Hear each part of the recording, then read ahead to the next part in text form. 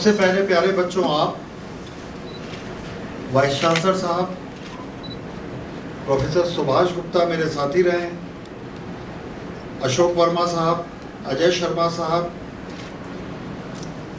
देहरादून के मुअज़्ज़िज़ लोग, रामेंद्री कुंदवाल जी, अनिल गांधी जी, रसिक भाटिया जी, JS राणा साहब, RNS रावत जी, भूपेंद्र कंडारी जी, महेश पांडे जी, मेरे अपने साथी सुधांशु श्रीवास्तव और गिरीश गुरवानी। मैं जिन विश्वविद्यालयों में पढ़ा वो बड़े ऐतिहासिक थे। मैं BHU में पढ़ा, मैं आगरा यूनिवर्सिटी में पढ़ा, और जब मैं आप लोगों की तरह सामने बैठा करता था तो मुझे लगता था एक इतिहास का बैगेज मेरे ऊपर, क्योंकि ये होता था कि यहाँ ऐसे हुआ, यहाँ ऐसे हुआ, यहाँ ऐसे हुआ। इस यूनिवर्सिटी में आके मुझे लगा जैसे कि मैं इतिहास बनाने वालों को देख रहा हूँ। आपकी एक नई यूनिवर्सिटी, और यकीन जानिए आप हिस्ट्री क्रिएट कर रहे हैं।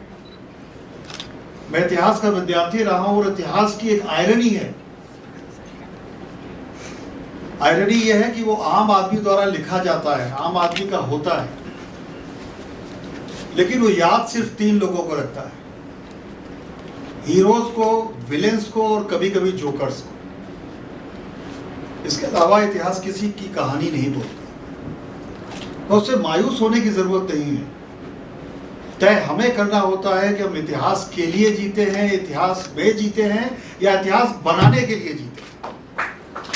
तो ये अगर हम में से कुछ लोग ये फैसला करें तो मुझे लगता है कि दुनिया बदलने की शुरुआत कभी कभी अपने घरों से भी होती है। जब मैं आ रहा था तो मैं सुभाष गुप्ता से पूछ रहा था कि ये यूनिवर्सिटी कैसे बनी, तो इन्होंने घनसाला साहब की संघर्ष की गाथा बताई। आज उस गाथा को गौरवान्वित करने की जिम्मेदारी आपके ऊपर, और वो कैसे? मैंने रास्ते में ही इनसे जब पूछा तो अविनाश सेमवाल का नाम सामने आया कि इन्होंने कैसी डिवाइस बनाई जो दुनिया में अभी तक नहीं है। देहरादून जैसी जगह में एक नई यूनिवर्सिटी में कोई बच्चा इतना काम कर सकता है, इस तरह से सोच सकता है, लेकिन इसमें कोई आश्चर्यचकित होने की बात नहीं है। बच्चे तो सोचते ही आए। भगत सिंह को जब फांसी हुई थी तो क्या उम्र थी उनकी? कुल 23 साल। और मरने से कुछ पहले उन्होंने गजब का शेर लिखा, इन हवाओं में रहेगी मेरे ख्यालों की खुशबू। तो आप जरा सोचिए कि वो कितने कॉन्फिडेंट थे कि वो चले जाएंगे, लेकिन ये हवाएं उनको नहीं भुला पाएंगी। और फिर मैं क्यों आना चाहता था आपके बीच में? न तो मेरा जॉब डिमांड करता है इसकी, न सोसाइटी डिमांड करती है, न कोई मुझसे कहता है। लेकिन नोएडा में एक दिन मैंने एक अजीब सा दृश्य देखा। 20-22 साल के 3 लड़के 65-70 साल के किसी आदमी को बुरी तरह पीट रहे थे। तो बुजुर्गवार कार चला रहे थे और कुछ झगड़ा हो गया था। मैं आज भी इस बात की कल्पना नहीं कर सकता कि मैं अपने से बड़े से तुम करके भी बात करूंगा। और मैं घबरा गया। मुझे लगा कि मैं जिस देश में रह रहा हूँ और उसका अपराधी मैं भी हूँ, जैसे मैंने इतिहास के लिए कहा था कि हमने कौन सा समाज बना लिया। मैंने SSP को कॉल किया, वो जो कुछ होना था वो हुआ, लेकिन इस घटना ने मुझे बहुत हिलाया। और जितना मेरा एक्सपीरियंस है, इस देश की आबादी 70% आबादी उससे कम उम्र की है। 36 साल मैंने काम किया, 35 साल के लोग 70% है या उससे नीचे थे इस देश में। तो मुझे लगता है कि अब मैं उस श्रेणी में आ गया हूँ कि मैं अपनी बात कभी कभी बच्चों से कहूँ, इसलिए आज आपके बीच आया। और जब बात कह रहा हूँ तो मैं कुछ सर्टेन चीजों के साथ बोल रहा हूँ। इस देश में संसार की पहली राज्य क्रांति हुई थी ईसा से 326 साल पहले। ईसा को पैदा होने में 326 साल थे तक। मगध में जब नंद साम्राज्य उखाड़ कर फेंक दिया सिर्फ कुछ लोगों ने, अब वो किसने किया था? दूर कहीं पेशावर के पास से आए हुए प्रोफेसर ने, चाणक्य ने। तो मुझे ऐसा लगता है कि चाणक्य तो प्रतीक बन गए होंगे, नौजवान उनके साथ रहे होंगे, और दूर क्यों जाऊं, मेरे अपने सामने जयप्रकाश नारायण ने 1972 से लेके 1974 तक जो किया, मैं बच्चा था, बड़ा हो रहा था, 12-14 साल का था, और मैंने परिवर्तन को होते हुए देखा अपनी आंख के सामने। तो आज आपसे इसी उम्मीद से मैं बात करने आया हूं कि कुछ ऐसा सोचे, कुछ ऐसा करें जो हमारी दाल रोटी से थोड़ी आगे की चीज हो, क्योंकि बहुत परेशानी पैदा हो गई है नई 1991 के बाद की व्यवस्था से, कि हमारी सोसाइटी बड़ी गिव एंड टेक की सोसाइटी होती जा रही है। और याद रखिएगा, इस बात को प्लीज याद रखिएगा, जिंदगी 2 और 2 4 से नहीं बनती। जिंदगी बहुत एक तरल सी चीज है, जो चीज आज अच्छी है कल बुरी हो जाएगी, जो कल बुरी है वो आज अच्छी हो जाए, उसके 2 दिन बाद अच्छी हो जाएगी। और वो तरलता में तभी आप जी सकते हैं। मेरी भाषा समझ में आ रही है या आप लोगों को लग रहा है ये बुढ़ा फुल कौन सी भाषा रहा है? अच्छा, तो इसको तभी आप कर जी सकते हैं जबकि आप अपने जीवन की सर्टेन वैल्यूज बनाएं, और वो वैल्यूज सिर्फ आपके दिमाग में है। मैं इलाहाबाद में पला बढ़ा, वहां एक कल्पवृक्ष है किले के अंदर, कहते हैं कि वो 5000 साल पुराना है, और कहते हैं कि वो दुनिया का अकेला ऐसा पेड़ है, जब वो कभी बहुत 1000 साल पहले उसके नीचे अगर कोई बैठता था, कुछ भी मांगता था तो पूरा हो जाता था। वो पेड़ कभी मुरझाता नहीं, कभी खत्म नहीं होता, और ये सच है, क्योंकि 50 साल से तो मैं ही देख रहा हूं उसे। उस कल्प वृक्ष के बारे में एक दिन एक किस्सा किसी ने सुनाया, बड़ी अद्भुत कहानी है। एक आदमी था, वो चल रहा था, चलते चलते वो अचानक थक गया, और उसने इधर उधर देखा और वो जानता नहीं था ये कल्प वृक्ष है, और वो कल्प वृक्ष के नीचे बैठ गया। आप लोगों ने कल्प वृक्ष के बारे में पता नहीं सुना है कि उसको विश ट्री भी बोलते हैं। और जब वो बैठ गया तो उसे लगा मैं बहुत थक गया हूं, मुझे नींद आ जानी चाहिए। उसने सोचा, उसे नींद आ गई। उसके बाद वो बड़े आराम से सोया। जब वो उठा तो उसे लगा मुझे भूख लग रही है। उसे जो जो उसके मन में था, उसकी कल्पनाओं में था, वो सारा भोजन आ गया। उसे जमकर खाया पिया। उसे कहा वाह इतना बढ़िया है, काश इस समय कोई नाचने गाने वाले, कुछ मनोरंजन करने वाले होते, अब तो पेट भी भर गया। जंगल बिल्कुल अकेला है। अचानक बहुत से ऐसे लोग वहां इकट्ठे हो गए, आदमी औरतें, वो डांस करने लगे, उसको हंसाने लगे, उसका मनोरंजन करने लगे।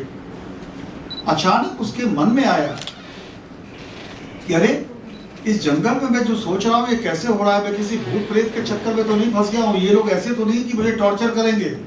उन लोगों ने उसको मारना शुरू कर दिया। वो चिल्लाया अरे मैं मर जाऊंगा, उसको उन्होंने मार डाला। अब अगर आप देखिए, इस कहानी से सीखिए, यानी जो हमारे दिमाग में वही फलीभूत होता है। और ये तो कोई हजारों साल पुरानी कहानी है, सच है या झूठ है, किस्सा है, लेकिन एक सीख तो देती है। इस मॉडर्न एज में जब आपकी इच्छाओं को पूरा करने के लिए बहुत सी ऐसी चीजें हैं जो आप पूरी करती हैं। अब जैसे मुझे लगता है कि आज तक हम पढ़ते आए हैं बीसी और एडी, आज से हो सकता है 500 साल बाद लोग कहें एजी और बीजी, बिफोर गूगल आफ्टर गूगल। हर चीज की, हर मर्ज की दवा है गूगल। हैदराबाद में कुछ लोग आईएस के सिंपैथाइजर पकड़े गए। उन्होंने बम बनाना कैसे सीखा था? गूगल से और यूट्यूब से। ऐसे बहुत से लोग मुझे मिलते हैं जो अपना इलाज ही गूगल के थ्रू करने लग गए। तो अगर एक बार विश ट्री को इन चीजों से मिलाकर देखें तो मुझे लगता है कि हमारे अपने दिमाग में बहुत कुछ ऐसा है जिसे अगर हमने संयोजित नहीं किया तो ये टेक्नोलॉजी हमको परेशान कर सकती है आने वाले दिन। और याद रखिएगा, जब यूनिवर्सिटी में होते हैं तो सबसे पहले हमारा ध्यान होता है कि हम अपना कैरियर कैसे बनाएंगे। मुझे भी आपकी उम्र में बहुत परेशानी होती थी कि मुझे कैसी नौकरी मिलेगी, मैं क्या करूँगा। और मैं Asian history college of Indology में पढ़ने गया ये सोच के कि मैं न्यूमिस्मेटिक्स पे काम करूँगा, मुद्रा शास्त्र पर। और एक लाइटर नोट पे मैं बता सकता हूँ कि मैं और जो मेरे क्लास में 56 लड़कियाँ थी और कुल 30 लड़के थे। तो हर लड़के के अगल बगल बड़ी बड़ी लड़कियाँ बैठी रहती थी। तो मैं अकेला ऐसा था कि एक लड़की को एक उसमें स्क्रिप्ट में लिख के दे देता था तो दूसरा नहीं पढ़ सकता था, बगल वाली को उससे 100 साल बाद की स्क्रिप्ट में दे सकता था। तो लोग कहा करते थे कि इसके दिमाग में पता नहीं क्या है कि इतनी सारी स्क्रिप्ट पढ़ लेता है। मुझे नहीं मालूम था कि मैं पत्रकार बनूं। मैं अचानक एक दिन अखबार के दफ्तर में गया और मैं ये नहीं जानता था कि 20 साल की उम्र में मैं अपना नसीब लिख रहा हूँ। तो याद रखिएगा कि आप अपना नसीब खुद लिख रहे हैं, चिंताओं से नहीं होगा, बहुत सोचने से नहीं होगा। लेकिन अगर जब मैं अखबार में भी गया तो मैंने पूछा कि सबसे बड़ा ओहदा कौन सा है इसमें, तो लोगों ने बताया कि नवभारत टाइम्स का जो एडिटर इन चीफ है वो सबसे बड़ा पद होता है। तो मैंने कहा एक दिन मैं ये बनूंगा। अब वो अखबार उस हालत में नहीं रहा, लोग कहते हैं हिंदुस्तान ऐसा है। मैं ये भी नहीं कह रहा कि मैंने जो सोचा वो किया, मैं सिर्फ ये कह रहा हूँ कि ज़िंदगी एक लॉन्ग रेस है, एक लंबा रास्ता है। लेकिन ये भी याद रखना चाहिए कि ज़िंदगी अनंत नहीं है, हमें जीवन एक ही बार मिलता है और उस जीवन में ये हमारे ऊपर है कि हम हीरो बने, विलेन बने या जोकर बने। निर्णय आपके।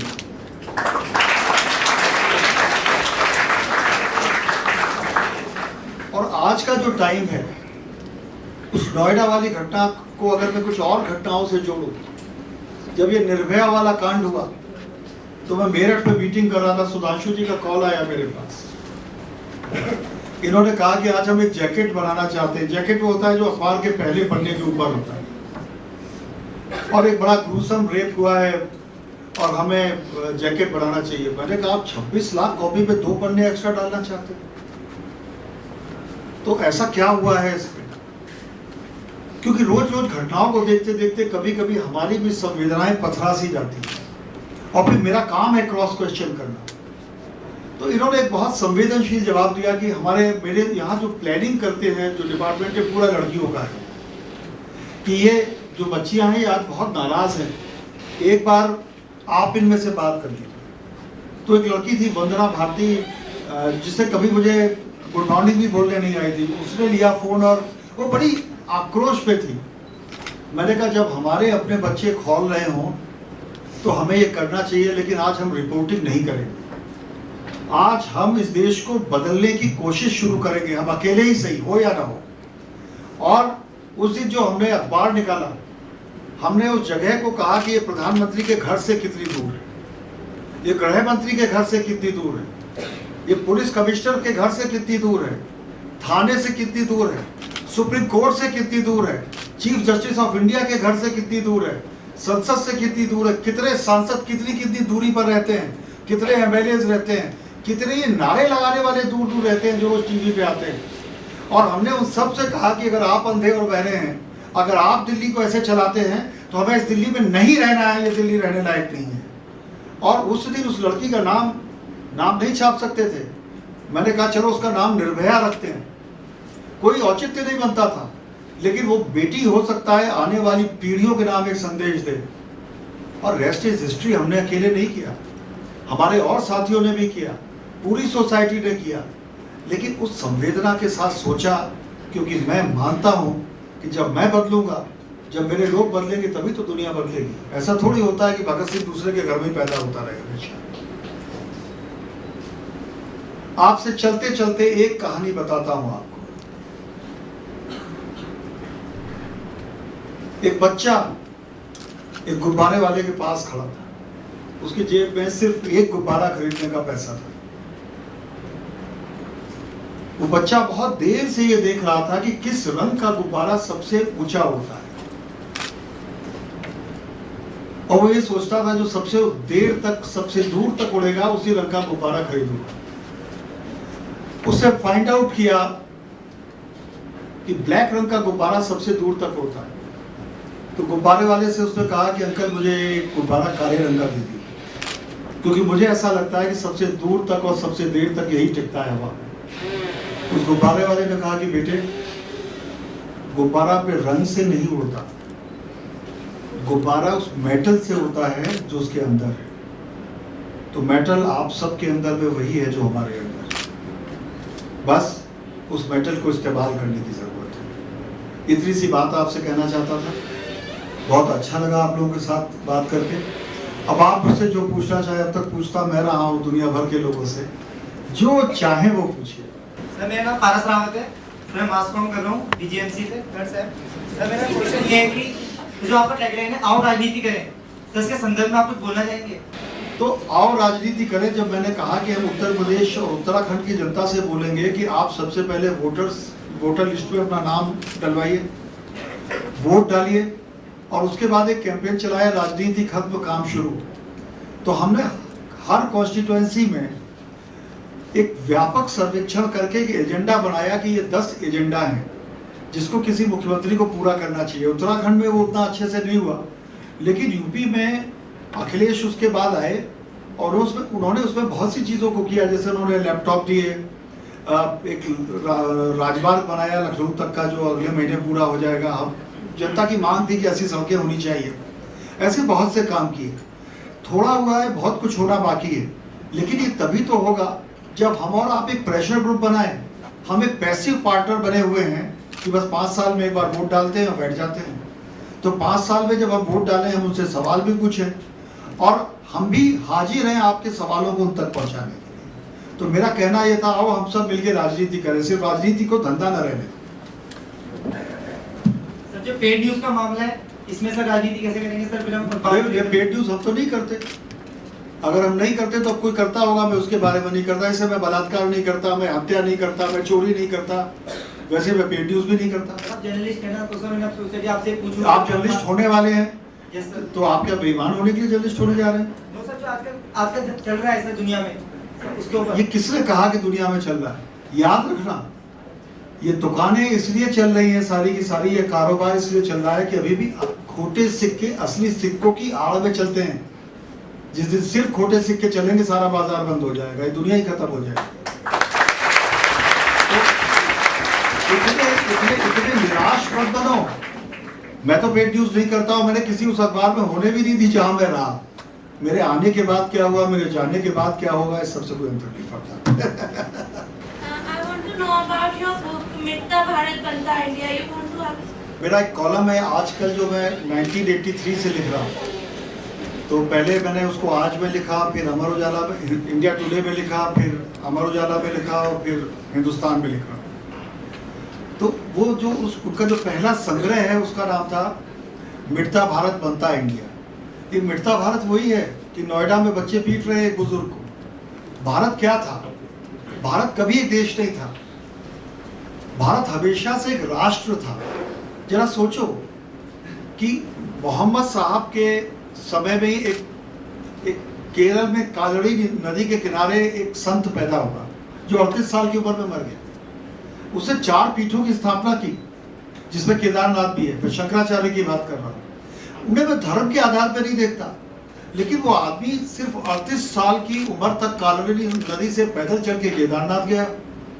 ईस्ट नॉर्थ साउथ सब जगह उसने किया। क्यों किया? ये क्यों चीजें चली? इसलिए चली कि हमारे देश में एक एकता थी, राष्ट्रीय तौर पर कल्चरल एक एकता थी। तो भारत एक कल्चरल आइडेंटिटी का नाम है। इंडिया जो है ये एक ऐसा शब्द हो गया है जो कि जिससे कि मैं आज अपने आपके चेयरमैन से बात कर रहा था और मैं कह रहा था कि अब आज की तारीख में जैसे हम रिसेप्शन पे जाते हैं होटल के, हम रिसेप्शनिस्ट का फेस नहीं देखते, पीछे लगी हुई घड़ी देखते रहते हैं। हम वेटर को 25 बार थैंक्स बोलते हैं, उसकी कभी आई कांटेक्ट नहीं करते। तो ये इंडिया है जहाँ ये है कि मैं पैसे दे रहा हूँ और उपभोक्ता ही किंग है। उपभोक्ता की रक्षा होनी चाहिए, लेकिन मानवीय गरिमा जो भारतीयता की पहली पहचान थी वो खत्म नहीं हो जानी चाहिए। So that was the theory behind. Sir मेरा सवाल ये है कि आप सर अमर उजाला में और हिंदुस्तान में आपने काफी समाज के बदलते परिवेशों को दिखलाया है। सर आप पेड न्यूज के अगेंस्ट खड़े हुए, which is a very bold step. तो सर क्या आपको कुछ मुश्किलों का सामना करना पड़ा? देखो, आज आप कल आप पत्रकार बनेंगे, कुछ बातें ईमानदारी से होनी चाहिए और मैं ये ऑन रिकॉर्ड बोल रहा हूँ। उसने भी अभी पीछे जो बालक है उसने भी यही सवाल पूछा पेड न्यूज का, आप भी पूछ रही हैं। इस देश में 2-3 गड़बड़ियां जो आज देश के 5-6 बड़े अखबार हैं उसमें से कुछ, बल्कि अधिकांशता, बल्कि 80% 1947 के आसपास लिखे।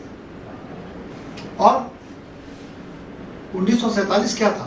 भारत बदल रहा था, दुनिया बदल रही थी हमारी। ये अखबार जिन लोगों ने निकाले वो हाई स्कूल पास भी नहीं थे, वो सिर्फ व्यापारी थे। जबकि उससे पहले अखबार निकलते थे आज़ादी के आंदोलन के लिए। कोई हमारी कृपा नहीं थी आज़ादी के आंदोलन पर। उस समय तो किसान भी आंदोलन कर रहा था, मजदूर भी कर रहा था, फौजी भी कर रहे थे, हम भी कर रहे थे, क्योंकि दुश्मन सामने था। अब एक बड़ी लड़ाई होने वाली थी कि दुश्मन हमारे बीच में से था।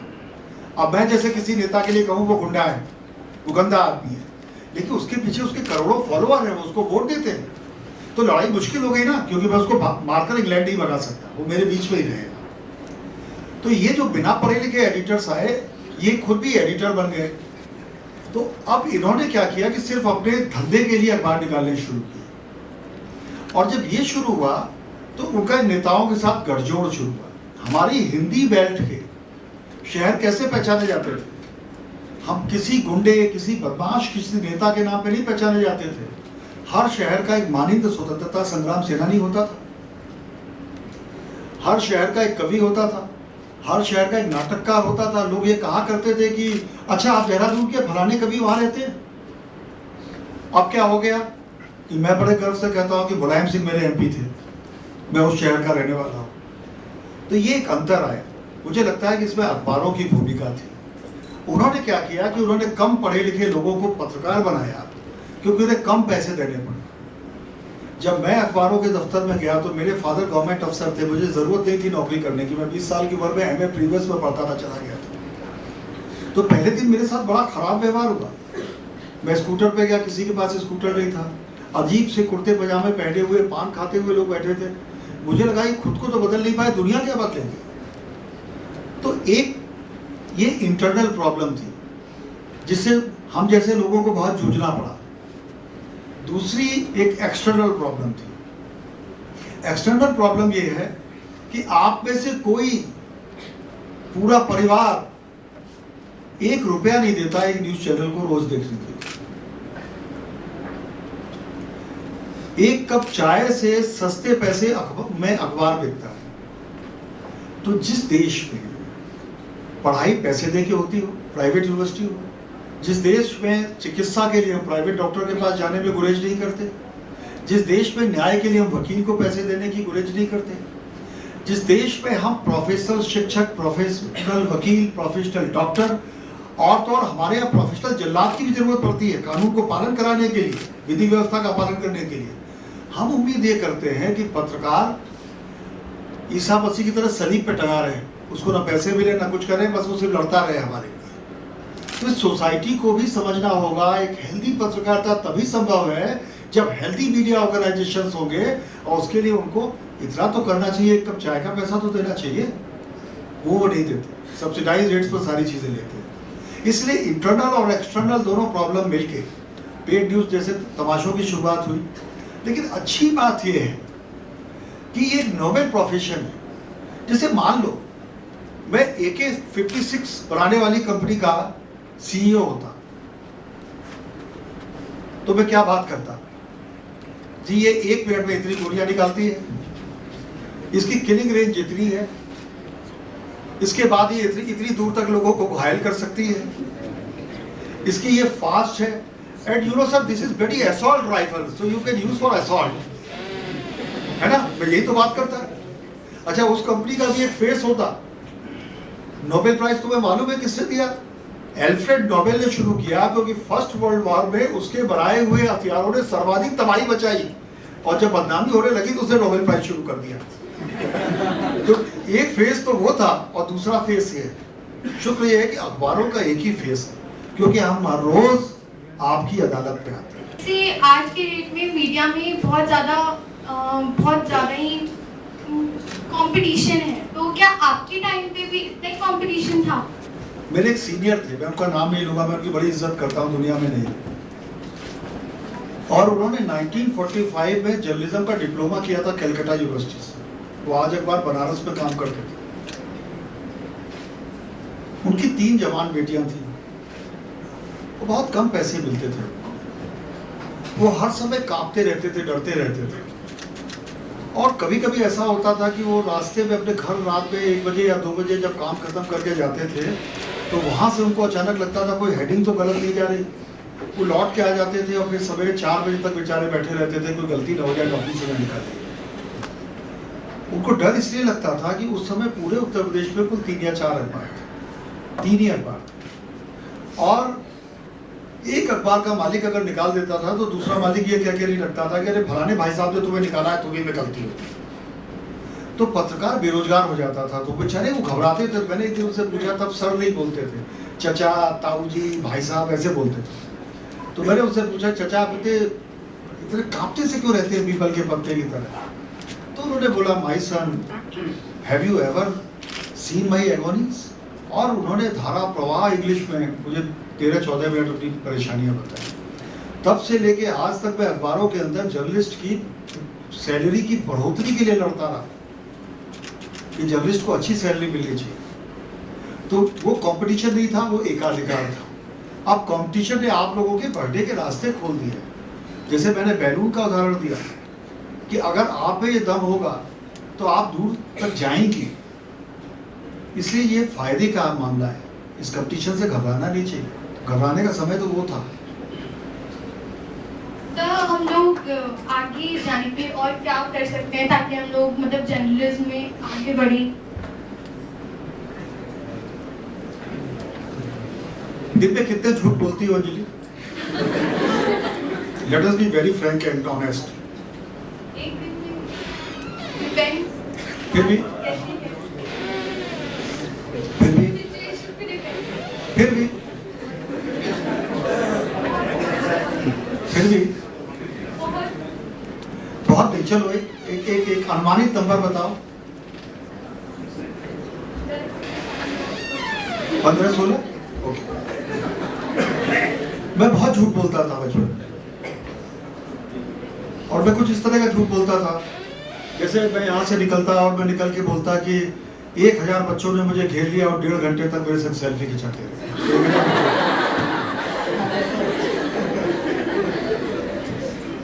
तो मेरी माँ ने एक दिन कहा कि तुम नैतिक तौर पे कमजोर होते जा। तो झूठ तो नहीं रोका जा सकता, लेकिन तुम रोज रात को अपने झूठ गिना करो। और मैं रोज रात को झूठ गिनता। तो ऐसा नहीं मैं झूठ नहीं बोलता, लेकिन मैं सही बोलूँ, मैं झूठ नहीं बोलता, पर मैं कभी कभी गलत बयानी करता हूँ। वो इसलिए कि सामने वाला हर्ट ना हो जाए। अब जैसे कोई पीछे पड़ा हुआ है, पार्टी में आ जाइए, पार्टी में आ जाइए, मैं नहीं जाना चाहता, तब थोड़ा सा उसको ऐसा बोलते हैं कि ना उसको बुरा ना लगे। लेकिन जर्नलिज्म क्या है? खबर क्या है? खबर का अकेला और सिर्फ अकेला इंग्रेडिएंट है ट्रुथ।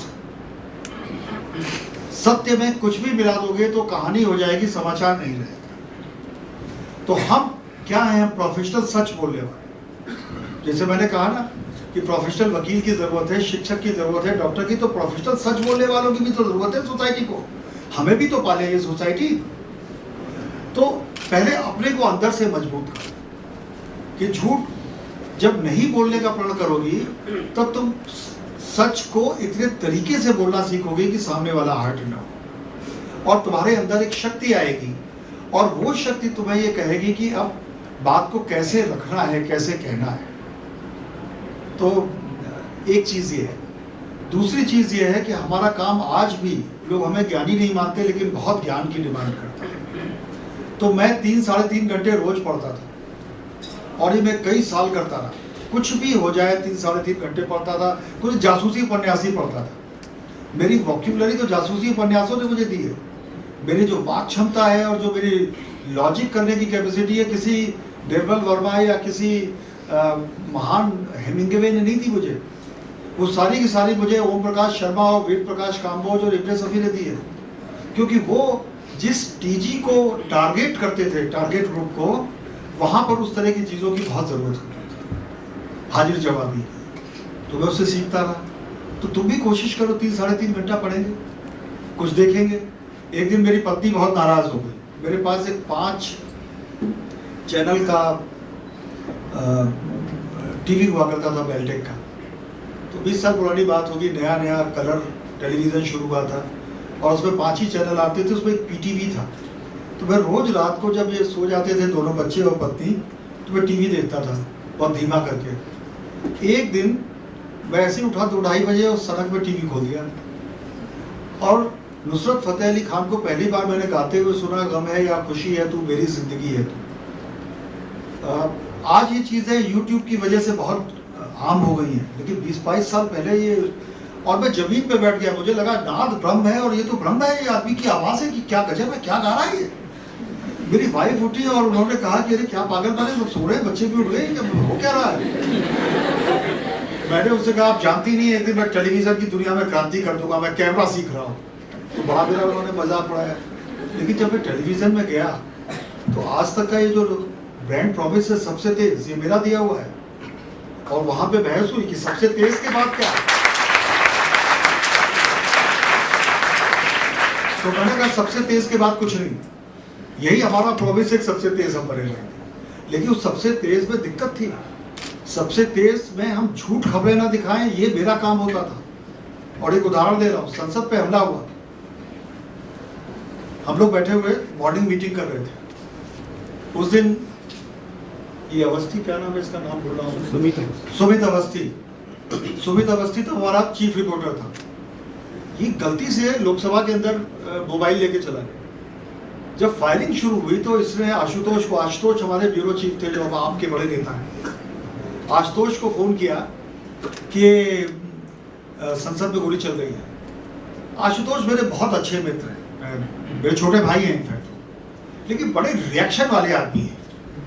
अचानक उन्हें लगा कि ये, उनके दिमाग में आतंकवाद नहीं आया, अचानक वो एकदम से उछले चिल्लाए, क्या लोकसभा में गोली चल रही है, उस साले, एक नेता का नाम लिया, उसने चलवाई होगी। और वो पीसीआर की ओर भागे ताकि हम उसको एयर कर सके। वो पीसीआर की ओर भागे और मेरे पास वही 1.5 मिनट थे, क्योंकि हम 2 सेकंड में तो पिट जाते थे, दूसरा अगर चैनल चला दे तो। उनके पीछे पीछे मैं भागा चिल्लाता हुआ, बिल्कुल साले उस नेता का नाम तो बोल दे रहा। मेरे पीछे 2-4 और जो एडिटर्स थे वो सारे के सारे भागे। हम 6 लोग भाग रहे थे और बाहर बैठे लोग कह रहे थे देखो अब तक तो ये आपस में लड़ते थे, आज ये मारपीट भी करने पे भी आते। लेकिन वहां तक भागते भागते हाफते हाफते मैंने प्रोड्यूसर से चिल्ला के कहा मैं सिर्फ ये देना संसद में गोली चली, दैट्स ऑल। क्योंकि उस समय का सत्य वही था कि संसद में गोली चली, हमें नहीं मालूम था कौन चला रहा है कौन नहीं चला रहा है।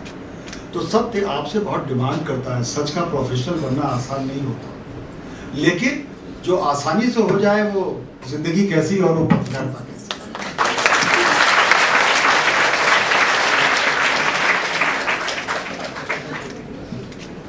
गुड मॉर्निंग सर, मेरा नाम आकाश बेस्ट है और मैं 3rd ईयर का स्टूडेंट हूँ मास कॉम का। सर मेरा एक सवाल है सर, परसों की बात है, मैंने क्लास में भी डिस्कस किया था सर, मुझे ना कुछ बूढ़ों ने पकड़ा, तो वो राजनीतिक पार्टी के बड़े अच्छे समर्थक हैं, बस राजनीतिक पार्टी का नाम नहीं लेना आता पर उन्हें समझाना बड़ा मुश्किल हो जाता है। तो उन्होंने मुझसे एक बात कही कि जो ये पत्रकार है, ये पत्रकारिता है, जो ये मीडिया हाउसेस है किसके, क्या ये सरकार के हैं, क्या ये जनता के हैं? अगर ये सरकार के हैं तो ये एक तरीके के उनके मुखपत्र हैं, और अगर ये जनता के हैं तो हम राष्ट्र के खिलाफ में एक राष्ट्र विरोधी या हमारे अंदर का नेशनलिज्म खत्म हो चुका है, तो हम हैं किसके? तो एक बार आप ये बता दीजिए। हमें बहुत मानक दिए जाते हैं कि आप ऐसा बनेंगे, आप ऐसा करेंगे, बड़ा मुश्किल हो जाता है करना। आपने 35 साल दिए हैं, 36 साल 36 साल और 36 साल और दूंगा, अभी तो जवान हूं।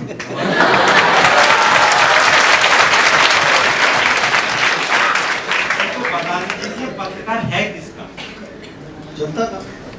सर तो फिर हम सरकार के खिलाफ हम राष्ट्र विरोधी हो जाते हैं। राष्ट्र विरोधी हो जाते हैं मतलब?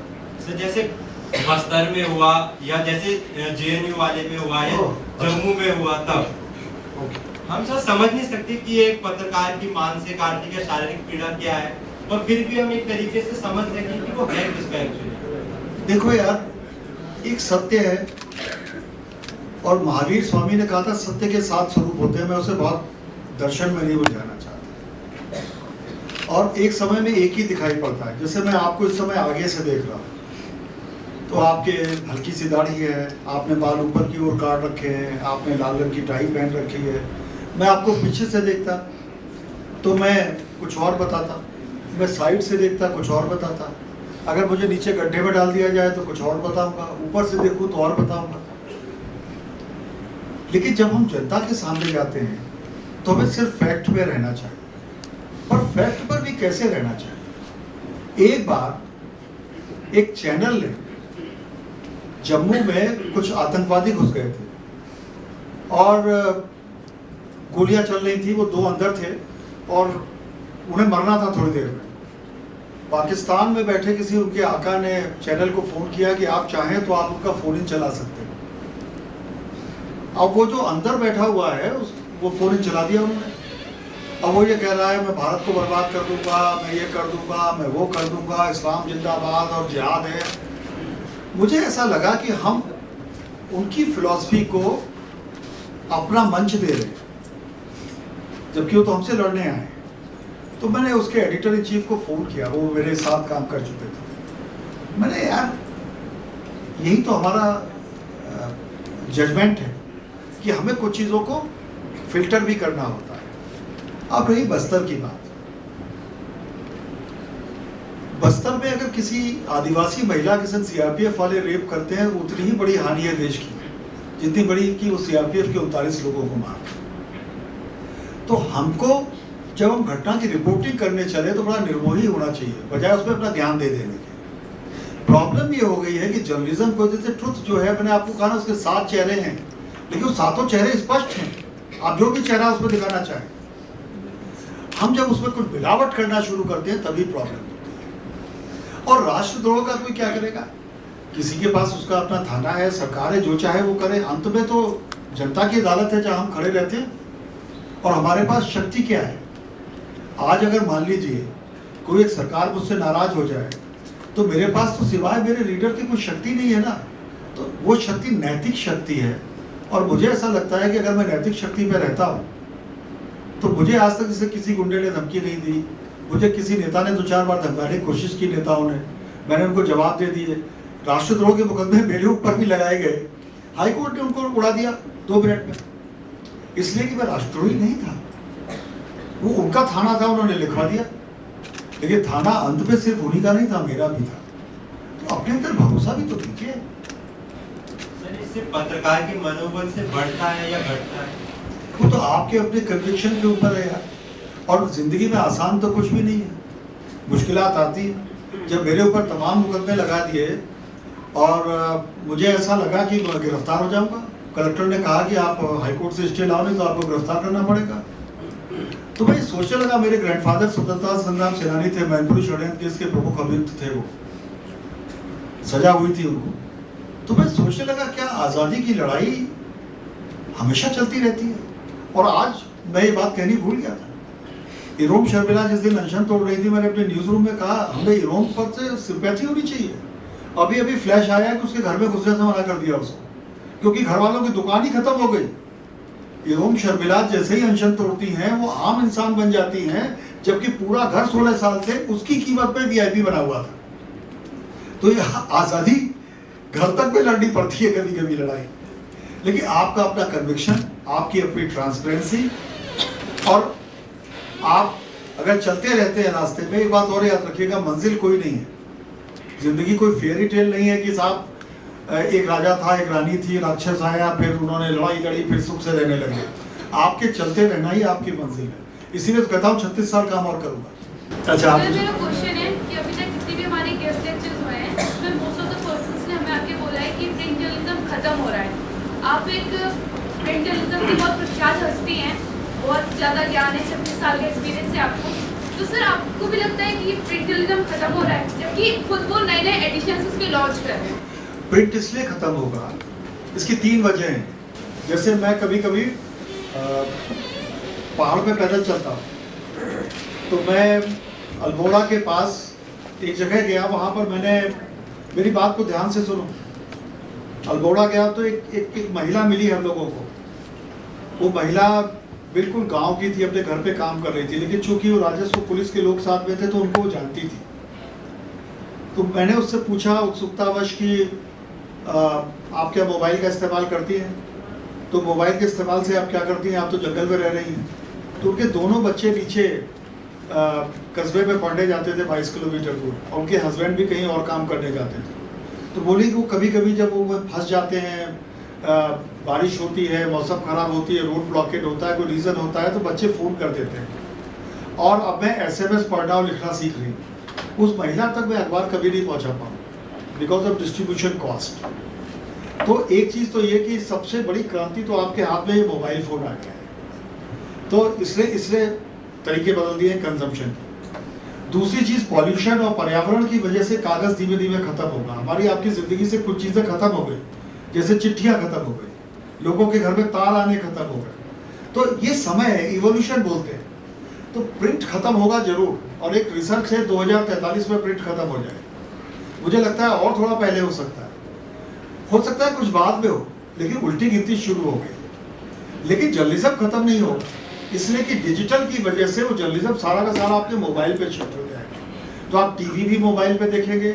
अब आप जैसे देखिए कि मैं कुछ सीरियल्स को देखता हूँ और वो जब उससे मिस हो जाते हैं और मैं अपने घर में उसको रिकॉर्ड करना भूल जाता हूँ, तो मैं उसको सारा का सारा मोबाइल पे देख लेता हूँ। तो ऐसी न्यूज़ पढ़ेंगे, ऐसी सारी चीज़ों को पढ़ेंगे, तो जर्नलिज्म रहेगा। और प्रिंट की अपनी एक उम्र है, जैसे हर चीज़ की उम्र होती है, वो उम्र की अब उल्टी गिनती शुरू हो जाए। हमें हमसे भी एक्सपेक्ट किया जाता है कि मतलब हम जर्नलिज्म में काम करें, एक चेंज लाएं, एक चेंज की तरफ काम करें। लेकिन सर जैसे एक सोशल मीडिया और इंटरनेट का बूम आया है, तो उससे हमारे लिए ऑप्शंस मास कम्युनिकेशन से ज़्यादा खुल गए। जैसे सोशल मीडिया वगैरह के लिए हम उसमें ज़्यादा काम कर सकते हैं, बल्कि पैसा भी अच्छा मिल रहा है। तो कोई और उसमें सेफ्टी भी है, क्योंकि आए दिन हम न्यूज़ पढ़ते हैं तो कभी पता चलता है कि किसी जर्नलिस्ट को रिवील करना चाहा तो उसको या तो किडनैप हो गया, कोई बहुत बड़ा रिवील था, या उसकी हत्या हो गई, या फिर घर जला दिया गया। तो हम अपनी सेफ्टी और पैसे को जहाँ पे मिल रही है, तो हम सोशल मीडिया या जिस तरह काम करें, हम इंडिपेंडेंट काम करें, और उसमें पैसा भी है, सेफ्टी भी है, तो हम उस साइड क्यों ना काम करें बजाय जर्नलिज्म। अगर आप जर्नलिज्म करते हैं तो उसके कुछ फायदे हैं, कुछ जोखिम। और आखिर वो लोग कौन होते हैं, मैं सोचता हूँ जो जंपिंग करते हैं पहाड़ों से, वो कौन होते हैं जो बाइक को चलाते हैं 160 किलोमीटर की स्पीड पे, वो कौन लोग होते हैं जो हवाई जहाज से ऊपर से नीचे कूदते हैं। अभी एक स्टंटमैन ने बिना पैराशूट के बहुत ऊंचाई से कूद लिया, वो हॉलीवुड का स्टंटमैन, वो उसका अपना निर्णय था, उसका अपना शौक था। अब मैं सिर्फ अपनी बात कर सकता हूँ, मुझे सर्वाधिक उत्तेजना सिर्फ खबर से मिलती है। अगर अभी कोई बड़ी खबर आ जाए तो आप मुझे ऐसे उछलता हुआ पाएंगे जैसे 16-17 साल का कोई बच्चा उछलता है। मुझे लगता है कि जैसे पता नहीं खुंजा सिमसिम हो गया, क्या हो गया। जर्नलिज्म या कोई भी प्रोफेशन पैशन है, आप याद रखिए। अगर आपका पैशन नहीं होगा तो सिर्फ जर्नलिज्म में नहीं, हर प्रोफेशन में तो आप काम नहीं कर पाएंगे। ये फैसला आपका है कि आप कहाँ जाए। तो बहुत अच्छा है, रास्ते आपके लिए खुल गए।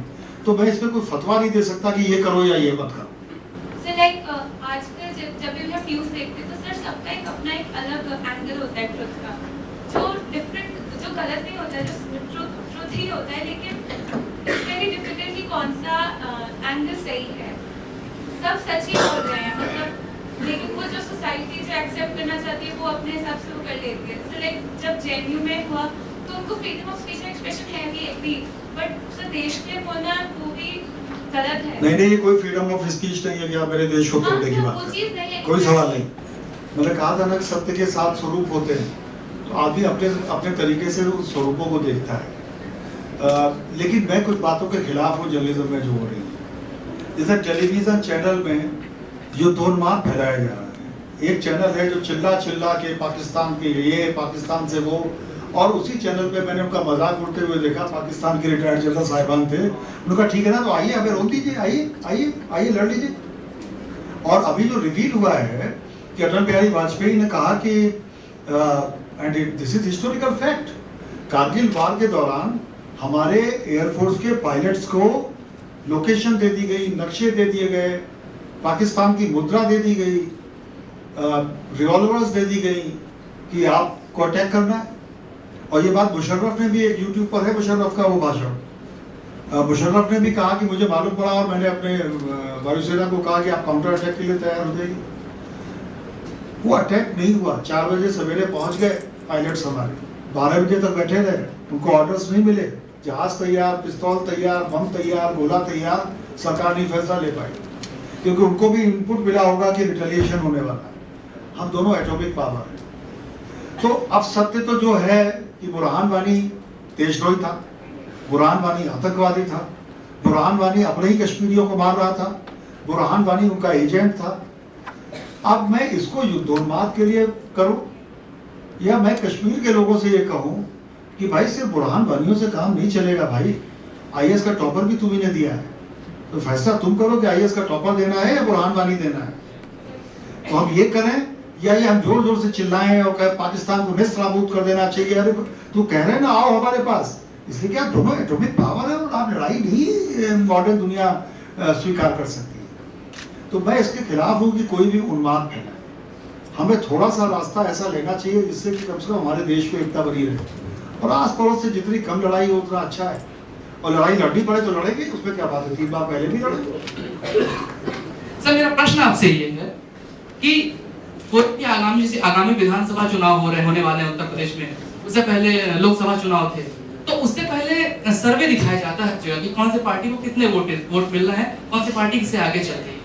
और ये एग्जिट पोल नहीं, एग्जिट पोल से पहले भी एक सर्वे दिखाया जाता है संक्षेप में, जैसे कि सन 2012 में बताया गया, हेलो, सन 2012 में बताया गया कि सब समाजवादी पार्टी इतने वोट से आएगी या इतने वोट से आएगी, लेकिन जब सत्ता में आई तो पूर्ण बहुमत से आएगी। इस बार बीजेपी का दिखाया जा रहा है कि बीजेपी पूर्ण बहुमत से उत्तर प्रदेश में सवाल क्या है? सर तो मेरा सवाल इसमें ये है कि जो सर्वे दिखाया जाता है, जो भी सर्वे दिखाया जाता है, इसका फायदा किसको है? और क्यों कुछ सर्वे दिखाया जाता है, फायदा किसको है? राजनीतिक पार्टियों को है या मीडिया को है? मैंने टेलीविजन इसीलिए छोड़ा, और टेलीविजन की एक परेशानी हो गई है। परेशानी ये हो गई है कि उनको हर चीज में मनोरंजन का पुट डालना है। जैसे मैंने स्ट्रिक्टली फैसला किया, आज तक में हमने पहला एक सर्वे किया था और उस सर्वे के सारे परिणाम उल्टे साबित हुए। मैंने निर्णय किया कि मेरे रहते 2 चीजें नहीं होंगी, मैं स्टिंग ऑपरेशन नहीं होने दूंगा और मैं सर्वेस नहीं करूंगा। स्टिंग ऑपरेशन क्यों नहीं होने देंगे? इसलिए कि मेरा काम न्यूज को कवर करना है, होने के बाद न्यूज को क्रिएट करके कवर करना नहीं है। ये खराब बात है। ऑलमाइटी एक नॉवेल है, पढ़िएगा जरा, उसमें मल्टी मिलियन का लड़का जो है न्यूज क्रिएट करवाता था, फिर उसके बाद उसको छापता था और सबसे बड़ा अखबार चला दिया था उसने। तो मैं ऑलमाइटी नहीं बनना चाहता, मैं आज भी उसके खिलाफ हूँ। तो ये कुछ ऐसी चीजें हैं जिससे हमारी क्रेडिबिलिटी को आघात लग रहा है। अब जैसे एक बहुत प्रख्यात चैनल ने बिहार के इलेक्शन पर एक प्रेडिक्शन दिया, और वो मैं उनकी इज्जत करता हूँ, वो चैनल के मालिक भी हैं और सेफोलॉजी में उनका बड़ा योगदान है और मैं उनको एक अच्छा आदमी मानता हूँ। उनके हिसाब से बिहार में जो अभी सत्ता में आए हैं वो नहीं आ रहे थे और दूसरी पार्टी जीत रही थी। और तो और उन्होंने उसके बाद उसको वैलिडेट करने के लिए मतगणना से एक दिन पहले फिर कहा कि ये है। मैं देखता रहा उसको, और अगले दिन सवेरे से परिणाम उल्टे आने शुरू हो गए। उन्होंने माफी भी मांगी। तो मुझे लगता है कि पत्रकारिता कयासों का बिजनेस नहीं है। या तो आप हर बार कहें कि देखिए साहब इसमें हमारा कोई भरोसा नहीं है, हम इसको ओन नहीं कर रहे हैं, लेकिन हम सिर्फ आपको दिखा रहे हैं कि जनता का मूड हो सकता है। मैं एक जरा सी जानकारी आप जैसे विद्वान से जरूर चाहता हूँ, और ख़ास तौर से तब जब ये आने वाला देश का भविष्य आपके सामने बैठा है। तो मैं ये पूछना चाहता हूँ कि इस देश का ये जो जर्नलिज्म है ये किस दिशा में जा रहा है, और ये किस दिशा में जाना चाहिए ताकि हमारा देश भी मजबूत बने और ये आने वाले नौजवानों के लिए इस भारतवर्ष का हर दिन सुनहरा हो। हमको गीता प्रेस की मैगजीन नहीं निकालनी, पत्रकारों से बड़ी उम्मीद की जाती है। हमारा एक सीमित रोल है आप तक कुछ जानकारियां पहुंचाने का, आप तक कुछ खबरें पहुंचाने का। तो जैसे कि एक सीमित रोल की उम्मीद हमें दूसरों से करनी चाहिए, क्योंकि असीमित रोल किसी का भी नहीं होता सोसाइटी में। तो एक सीमित लेकिन महत्वपूर्ण रोल हमारा भी है। और मैंने जैसे कहा कि रामायण और महाभारत पढ़ के, गीता पढ़ के जो देश नहीं बदला, आज मैं सोचता हूँ कि ईसा से हजारों साल पहले वो कौन लोग थे। बड़ा भारत की सभ्यता के गुणगान किए जाते, मैं खिलाफ नहीं हूँ, मैं भी तो उसी की संतान हूं, जो अपनी बहू को निर्वस्त्र कर रहे थे दरबार में। कौन लोग थे? हमारे ही आपके पूर्वज थे। कितना बड़ा उसके बाद तमाशा हो गया, महाभारत हो गया उसके बाद, तब भी हम नहीं बदले। देखिए साहब, जिंदगी कोई कल्पनाओं में नहीं होती। अच्छे लोग भी रहेंगे, बुरे लोग भी रहेंगे। मैंने जैसे कहा था कि खोटे सिक्के असली सिक्कों की आड़ में चलते हैं, वैसे ही असली सिक्कों के महत्व भी खोटे सिक्कों की वजह से ही होता है। मैंने आपसे अनुरोध किया था कि हीरो, विलेंस और जोकर्स, तो अगर हीरो है तो बिना विलेन के हीरो नहीं हो सकता। तो प्लीज ऐसी कोई उम्मीद ना करें। राम राज्य भी कोई चीज नहीं थी, कि हमारी सिर्फ कल्पनाओं में।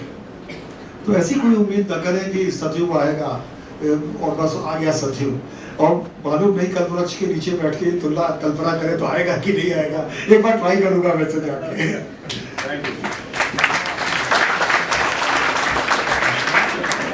Thank you very much.